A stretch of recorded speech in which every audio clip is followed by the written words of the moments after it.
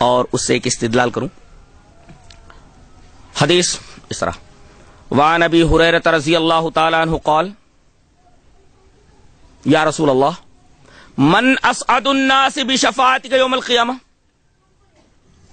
فقال رسول اللہ صلی اللہ علیہ وسلم لقد ظننت یا ابا ہریرہ الا يسألنی عن هذا الحدیث احد اول منک لما رأيت من حرصك على الحديث اسعد الناس بشفاعتي يوم القيامة من قال لا اله الا الله خالصا من قلبه او نفسه. رواه البخاری فی کتاب العلم. حضرت امام بخاری رحمۃ اللہ علیہ اس حدیث پاک کو ایسے کتاب العلم میں لائے.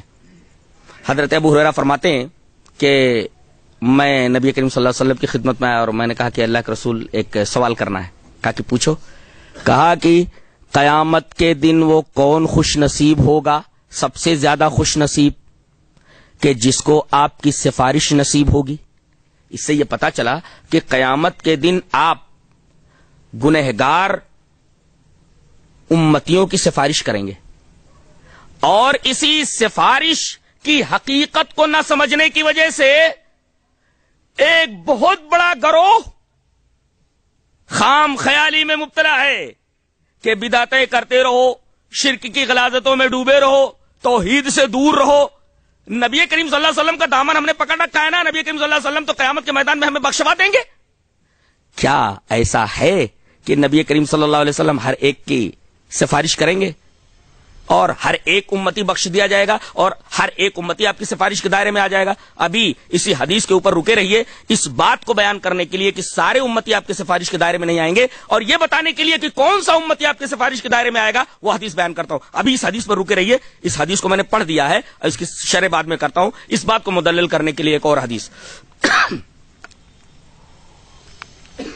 حدیث اس طرح: وعن ابی ہریرہ رضی اللہ تعالی عنہ قال قال رسول اللہ صلی اللہ علیہ وسلم لكل نبی دعوت مستجابہ فتعجل كل نبی دعوته وانی اختبأت دعوتی شفاعة لامتی یوم القیامہ فهی نائلة ان شاء اللہ من مات من امتی لا یشرک باللہ شیئا. رواہ مسلم فی کتاب الایمان. حضرت امام مسلم اس حدیث پاک کو ایسے کتاب الایمان میں لائے, راوی حضرت ابو ہریرہ ہیں. حضرت ابو ہریرہ فرماتے ہیں کہ نبی کریم صلی اللہ علیہ وسلم نے ارشاد فرمایا کہ ہر ایک نبی کی ایک دعا ضرور قبول ہوتی ہے, مستجاب ہوتی ہے. جتنے بھی انبیاء کرام آئے 1,24,000 سے کم یا زیادہ, اور ہر ایک نبی سے اللہ تبارک و تعالی نے یہ کہہ دیا کہ تم بہت ساری دعائیں کرو گے میں قبول کروں گا, اور بہت ساری دعائیں کرو گے میں ریجیکٹ کر دوں گا, قبول نہیں کروں گا. لیکن ایک دعا گارنٹیڈ ہے, ایک دعا ضرور قبول کروں گا, یہ میری طرف سے ضمانت دی جاتی ہے.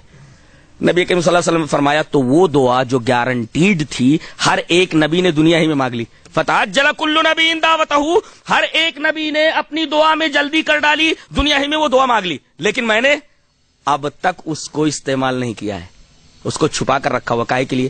وَإِنِّي اخْتَبَأْتُ دَعْوَتِي, میں نے اپنی دعا کو چھپا کر رکھا ہوا. کائے کے لیے؟ شفاعةً لِأُمَّتِي يَوْمَ الْقِيَامَةِ, اپنے امتیوں کی سفارش کے لیے قیامت کے دن.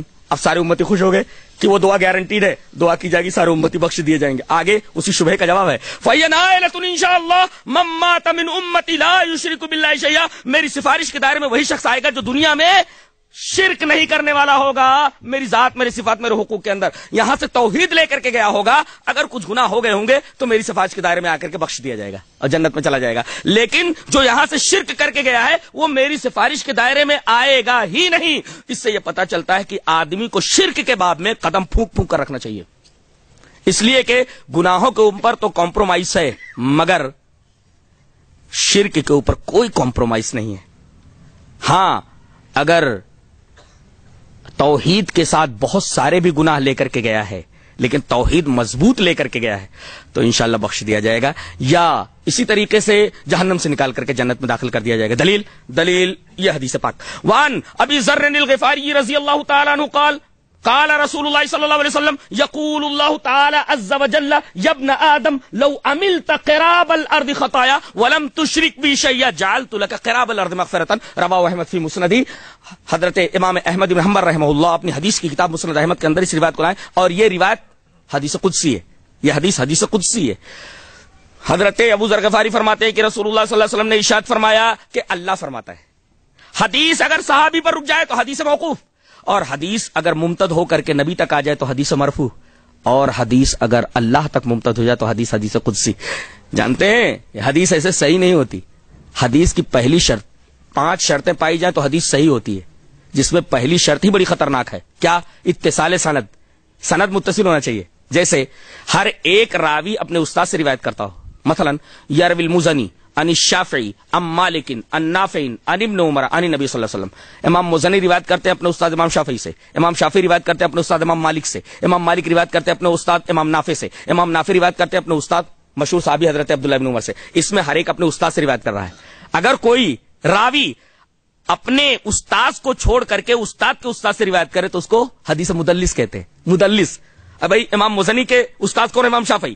اور امام شافعی کے استاد کون؟ امام مالک. اب امام مزنی کیا کریں؟ بیچ سے اپنے استاد امام شافعی کو ہٹا کر کے ڈائریکٹ یہ کہیں امام مالک سے روایت کریں تو یہ مزنی مدلس ہو جائیں گے.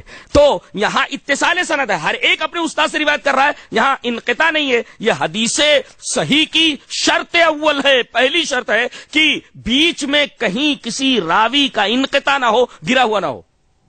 اور پھر عدل راوی, پھر ضبط راوی, پھر عدم شذوذ, عدم علت, اتنی ساری شرطیں, 5 شرطیں تو حدیث صحیح ہونے کے لیے ہیں. تو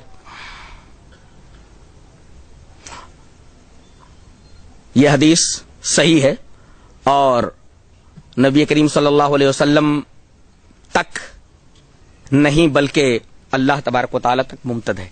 ابو ذر غفاری روایت کرتے ہیں نبی کریم صلی اللہ علیہ وسلم سے, نبی کریم صلی اللہ علیہ وسلم روایت کرتے ہیں اللہ تبارک و تعالی سے. اللہ تبارک و تعالی فرماتے ہیں کہ یبن آدم, اے آدم کی اولاد, لو عملت قراب الارض خطایا, اگر تو زمین بھر کا گناہ کرے, ولم تشرک بی شیئا, اور تم میرے پاس اس حالت میں آئے کہ تو نے میرے ساتھ شرک نہیں کیا ہے, تو زمین بھر کا گناہ لا رہا ہے نا, تو جعلت لک قراب الارض مغفرۃ, تو زمین لے کر گناہ لے کر آئے گا تو زمین بھر کر میں مغفرت لے کر کے آؤں گا. یہ ہے توحید کی برکت, اس کو توحید کہتے ہیں.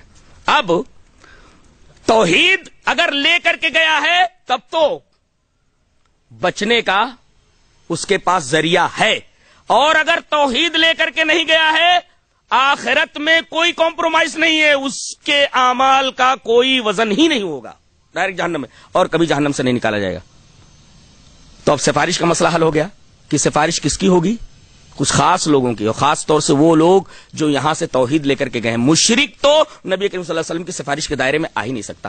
اب آئیے اس حدیث کی طرف. حضرت ابو ہریرہ یہ پوچھ رہے, چلیے حدیث پڑھ لیتے پہلے. وعن ابی ہریرہ رضی اللہ تعالی عنہ قال یا رسول اللہ من اسعد الناس بشفاعتک یوم القیامہ فقال رسول اللہ صلی اللہ علیہ وسلم لقد ظننت یا ابا ہریرہ لا يسألني عن هذا الحديث احد اول منك لما رأيت من حرصك على الحديث اسعد الناس بشفاعتی یوم القیامة من قال لا الہ الا اللہ